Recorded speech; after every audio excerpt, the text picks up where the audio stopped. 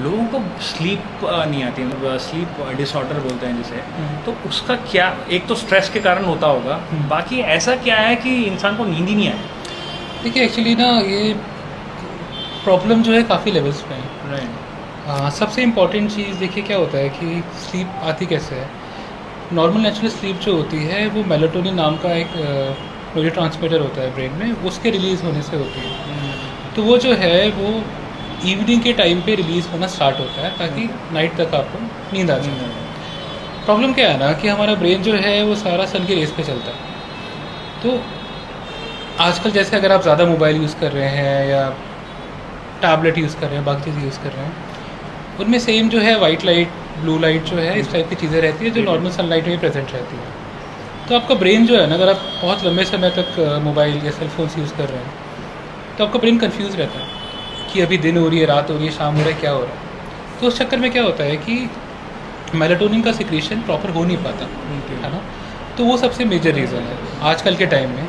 अच्छा, और अगर मेलाटोनिन डिस्टर्ब रहेगा आपको वो भी anxiety, depression, reduce attention concentration, वो जो है वो देखने को मिलता है। अभी यूएस में जितनी स्टडीज़ हुई हैं उसमें देखा गया है कि बच्चों में अगर 3 घंटे से ज़्यादा का एक्सपोजर है किसी भी स्क्रीन का, तो उनमें आगे जाके एंजाइटी, डिप्रेशन और हाइपर एक्टिविटी की प्रॉब्लम्स जो है उनमें देखी गई है ना। तो एक मेजर कॉज तो ये है। सेकेंड थिंग इज़ कि लोग जो है ना वो ज़्यादा आजकल स्टिमुलेटिंग एक्टिविटीज़ जो हैं वो रात में करने लगे। जैसे आपका वेब सीरीज़ हो गया, आपने रात में देखनी है ना, आपने जिम जाना है, आपने रात में जाना है ना। तो उस टाइप की जब भी स्टिमुलेटिंग एक्टिविटी रहेगी, अगर आप नाइट में अगर आप जैसे अल्कोहल का यूज़ कर रहे हैं, टी कॉफ़ी का यूज़ कर रहे हैं ना, तो आपके ब्रेन को स्टिमुलेट करेगी, आपका अटेंशन कंसंट्रेशन बढ़ाएगी। तो उस वजह से भी जो है वो स्लीप की प्रॉब्लम देखी जाती है। मतलब इन जनरल ये भी देखा गया, जैसे लोग उठते से ही पहले सेल देखते हैं, अपना मोबाइल देखते हैं, और सोते समय तो नींद ही नहीं आती कुछ लोगों को। मतलब अपना फ़ोन लगाएंगे, 10 मिनट 15 मिनट देखेंगे तभी उनको नींद आती है। तो ये सब चीज़ें एक्चुअली हमको टेक्निकली अवॉइड करनी चाहिए थी। डेफिनेटली। ओके, तो स्लीप का भी आपको एक सोल्यूशन मिल गया। और ये जो स्लीप की जो मेडिकेशन होती है ये तो शायद एडिक्टिव होती होगी। बिल्कुल डेफिनेटली। देखिए मैं आपको कुछ चीज़ें बता देता हूँ। हाँ। आप अगर उसको फॉलो करेंगे कुछ दिनों में आपका स्लीप का रूटीन नॉर्मल हो जाएगा।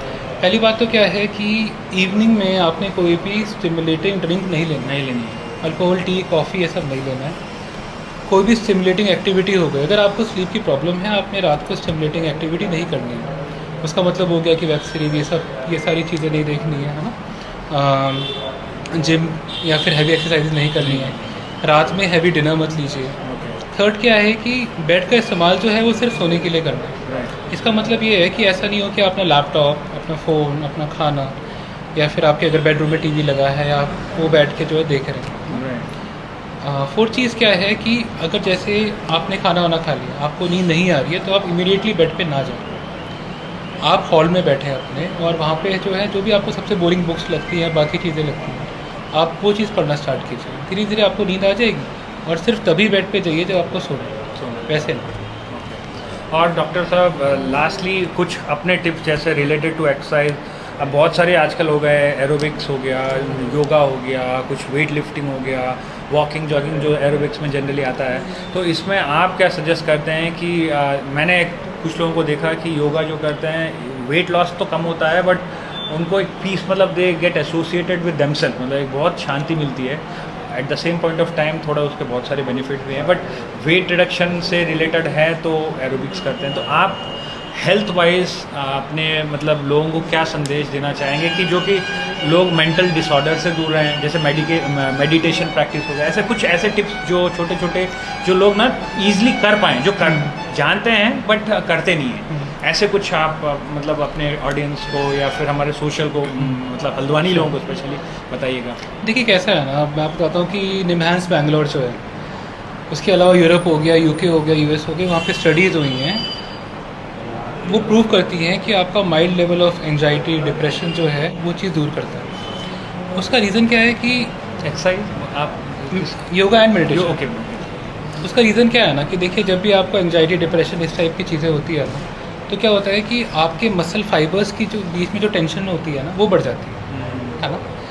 योगा मेडिटेशन जो है वो सबसे अच्छा वे है वो मसल टेंशन रिलीव करने का। तो क्या होता है कि जैसे वो टेंशन रिलीव होती है ना, फीडबैक सिस्टम से वो ब्रेन में जाती है, और ब्रेन जो है वो बहुत रिलैक्स फील करता है। तो अगर 2 चीज़ें आपको करनी हो और आपके पास ज़्यादा टाइम नहीं है, 10-10 मिनट्स हैं, तो yoga and meditation would be the best. और जो वेट्स, मैं एक्चुअली कोई जिम लोगों को वो नहीं करना चाह रहा, वो तो बॉडी जो बनाना चाहे वो तो बनाएगा, बट वेट्स उठाने से अच्छा या फिर एरोबिक्स मैं कंपैरिजन कर रहा हूँ कि वेट्स अच्छा होगा या एरोबिक्स अच्छा होगा, मतलब मेडिटेशन एंड योगा, ये तीनों में अगर लोगों को ना मतलब साउंड स्लीप आए, ये टेंशनों से दूर रहे, तो इसमें आप क्या प्रीफर करेंगे? मतलब देखिए यूएस में जो स्टडीज़ हुई है ना, उनमें ये देखा गया है कि योगा और मेडिटेशन जो है उससे ओवरऑल इंसान की क्वालिटी ऑफ लाइफ जो है वो डेफिनेटली बढ़ी है okay, as compare to aerobics और वेट लिफ्टिंग, है ना। प्लस क्या है कि योगा मेडिटेशन ऐसा है कि जिसके लिए आपको स्पेशलाइज जगह पे जाने की ज़रूरत नहीं है। आप चाहें तो आप यूट्यूब पे वीडियो लगा के कर सकते हैं, है ना, आप अपने घर की सेटिंग पे कर सकते हैं, तो वो चीज़ ज़्यादा इम्पोर्टेंट है। तो लास्ट सभी को एक मैसेज है, अगर आपको कोई भी एंग्जाइटी, डिप्रेशन या नशा रिलेटेड कोई भी प्रॉब्लम हो तो निसंकोच डॉक्टर से मिलने में मतलब शर्माइए मत, या जो भी एक फियर रहता है, एक वो रहता है कि मैं क्यों जाऊँ साइकेट्रिस्ट के पास, मुझे मेंटल प्रॉब्लम है या कुछ, ऐसा मत सोचें। इमीडिएटली अपने डॉक्टर को कंसल्ट करें या साइकेट्रिस्ट को कंसल्ट करें, ताकि वो आपको एक सोल्यूशन दे जिससे कि आपकी ज़िंदगी ज़्यादा बेटर हो सके। तो ये हमारे साथ स्पर्श से डॉक्टर रवि हैं। Thank you so much doctor Ravi. Thank you. शायद हम आगे आपसे इसी चर्चे में कुछ और टॉपिक्स आपसे लेंगे और इससे मदद लेंगे ज़रूर। Thank you. Thank you.